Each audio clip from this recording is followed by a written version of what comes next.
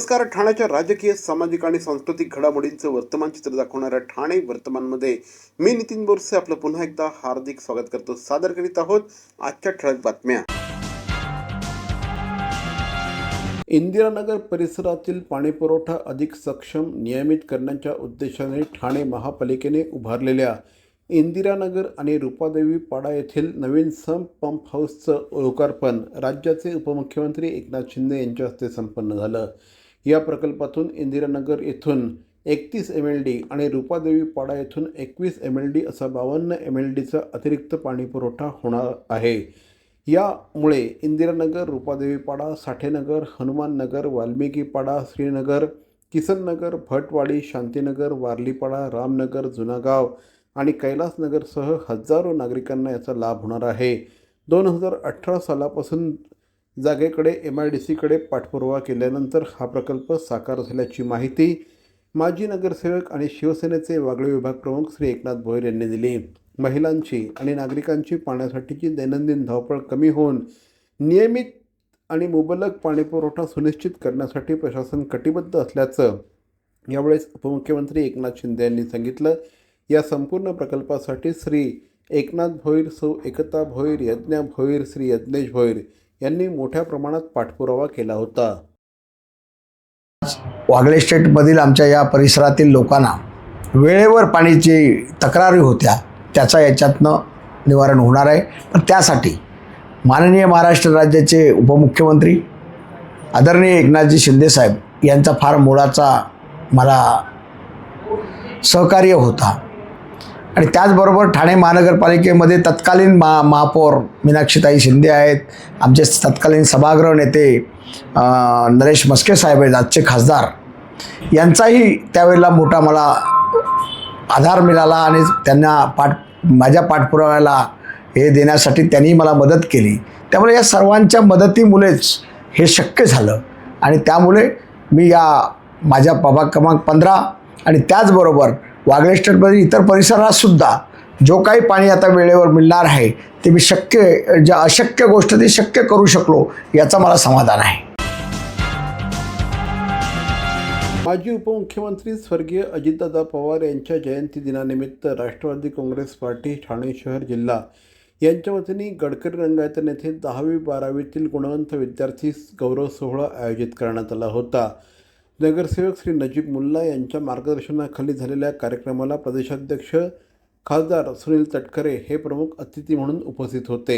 यावेळी जेनेरिक आधारचे संस्थापक आणि मुख्य कार्यकारी अधिकारी अर्जुन देशपांडे यांनी विद्यार्थ्यांना करिअर, उद्योजकता आणि नवकल्पनांबाबत मार्गदर्शन केलं.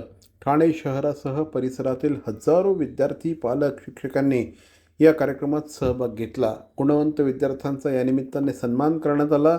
तसंच लकी ड्रॉद्वारे 8 लॅपटॉप आणि 16 टॅबलेटचं वितरण करण्यात आलं. कार्यक्रमात सहभागी झालेल्या प्रत्येक विद्यार्थ्याला प्रशस्तीपत्रक आणि भेटवस्तू देण्यात आली. ड्रायव्हर नव्हे भागीदार बना, नमो सहकार टॅक्सी योजनेतून चालकांना मालकी हक्क दिला जाईल असं आमदार निरंजन डावखरे यांनी म्हटलं आहे.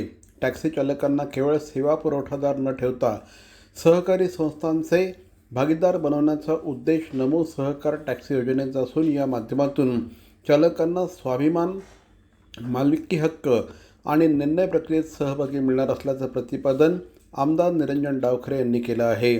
देवदत्त सहकारी वाहतूक पर्यटन संस्था मुंबई आणि भारतीय जनता पार्टी यांच्या संयुक्त विद्यमाने आयोजित टॅक्सी चालक मालक मेळाव्यात ते बोलत होते.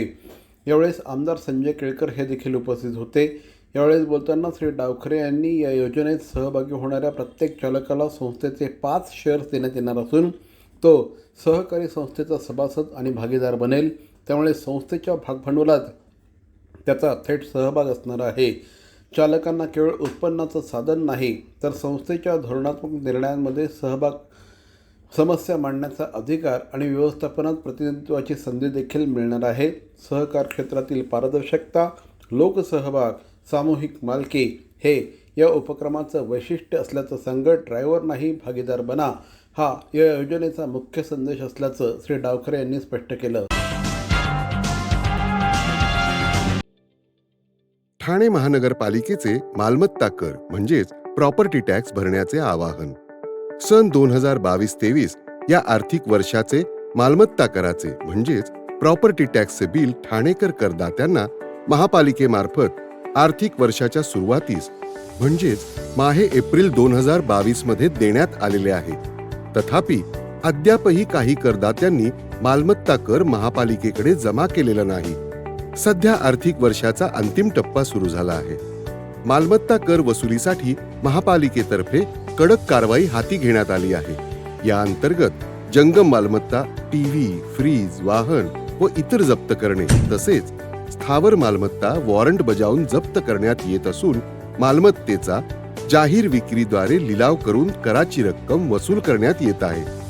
मालमत्तेस पाणी पुरवठा करण्यात येणारे नळ संयोजन खंडित करण्यात येत आहेत.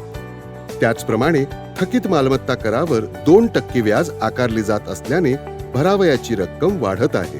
आपला मालमत्ता कर propertytax.thanecity.gov.in या लिंकद्वारे तसंच गुगल पे, फोन पे, पेटीएम याद्वारे ऑनलाईन पद्धतीने करण्याची सुविधा उपलब्ध करून दिली आहे. शनिवार, रविवार व सार्वजनिक सुट्टीच्या दिवशी नागरिकांना मालमत्ता कर भरणे सोयीचे व्हावे याकरता महापालिकेचे मालमत्ता कर संलग्न कार्यालय या दिवशी कार्यान्वित ठेवण्यात आलेले आहे. तरी मालमत्ता कर वसुलीची अप्रिय कारवाई टाळण्याच्या दृष्टिकोनातून मालमत्ता कर भरून महापालिकेस सहकार्य करावे. धन्यवाद. CP Goenka International School, nurturing talent at young age for scholastics, sports and performing arts in global perspective.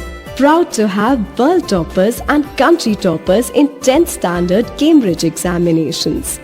Ranked the best emerging school by the Times of India for personality over percentage. CP Goenka is the intelligent choice. Bhavani jewellers Thane, पारंपरिक आणि आधुनिक दागिन्यांचा अप्रतिम संगम. प्रत्येक स्त्रीची पहिली पसंती Bhavani jewellers Thane. नक्की भेट द्या. दादा, दात घासताय ना, मग पाणी का वाया घालवताय? ताई, भांडी घासा नाहीतर फोन पहा, पण नळ का चालू ठेवलाय? अंघोळ झाली ना करून, मग शॉवर चालूच. कपडे धुताय पण पाणी वाया जातंय, त्याचं काय? गाडी अशी धुताय आणि उद्या पाणी कायमचं संपलं तर? पाण्यासाठी किती जणांची वणवण होते. कित्येक कुटुंबांना तर पाणी मिळतही नाहीये. पाणी बोलत नाही, पण आपण त्याची किंमत जाणली पाहिजे.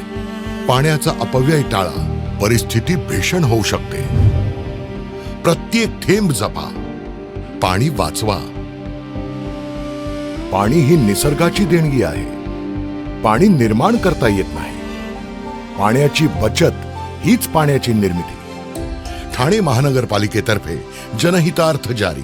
नीट आणि CBSE परीक्षातील कथित अनियमिततेच्या पार्श्वभूमीवर विद्यार्थ्यांच्या न्यायासाठी काँग्रेसने ठाण्यात विद्यार्थी विजय मार्च काढला.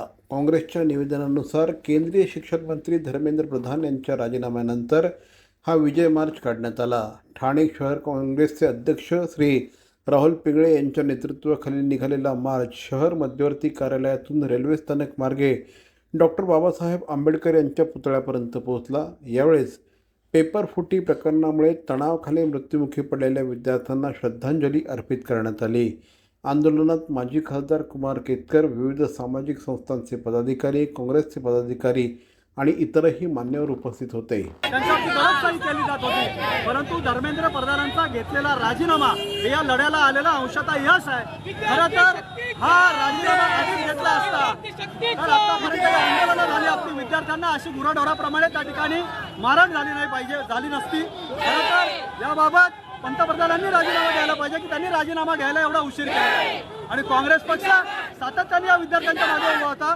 राहुलजी गांधी छात्रों गुणच्या माध्यमातून सर्व ठिकाणी आम्ही पत्रकार घेतो आणि ठामपणे या विद्यार्थ्यांच्या मागे उभा होतो. या विद्यार्थ्यांच्या लढ्याला आलेला हे अंशतः यश आहे आणि हा लढा काँग्रेस पक्षाच्या माध्यमातून विद्यार्थ्यांसाठी असाच चालू राहील. कारण विद्यार्थी हे या देशाचं भविष्य आहे.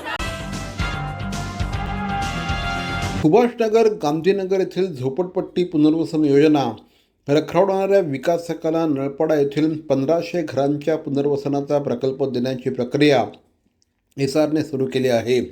याविरोधात स्थानिक रहिवाशांनी राष्ट्रवादी काँग्रेस शरदचंद्र पवार पक्षाचे राष्ट्रीय सरचिटणीस डॉक्टर जितेंद्र आव्हाड यांच्याकडे दाद मागितली होती. त्यानुसार श्री आव्हाड, जिल्हाध्यक्ष मनोज प्रधान आणि राष्ट्रवादी युवक काँग्रेसचे प्रदेश सरचिटणीस उमेश अग्रवाल यांनी रहिवाशांसह एसआरए कार्यालयावर धडक दिली. यावेळी डॉक्टर जितेंद्र आव्हाड यांनी संबंधित अधिकाऱ्यांशी चर्चा केली. नळपाडा येथील 1500 घरांचा पुनर्विकास करण्याची प्रक्रिया सुरू करण्यात आली आहे.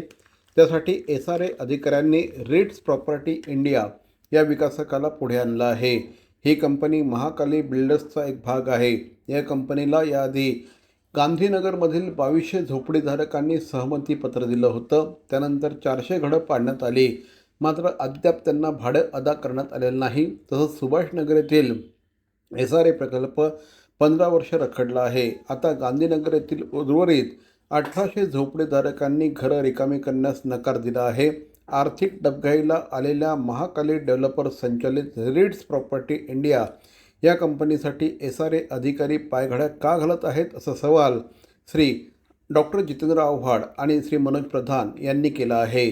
अधिकाऱ्यांनी सांगितलं की आम्ही काय LOI देणार नाही आणि एक पत्र उमेश अग्रवाल यांना उद्या देण्यात येईल. जी आज या ठिकाणी एका चालू दिवशी लोक आली त्याचं खरंच चीज झालं, कारण का आव्हाड साहेब इकडे आले आणि कुठेतरी 13-2ची कारवाई सुरू होईल असं वाटतंय. 13-2 काय, विकासक बदलण्याची कारवाई सुरू होईल असं दिसतं.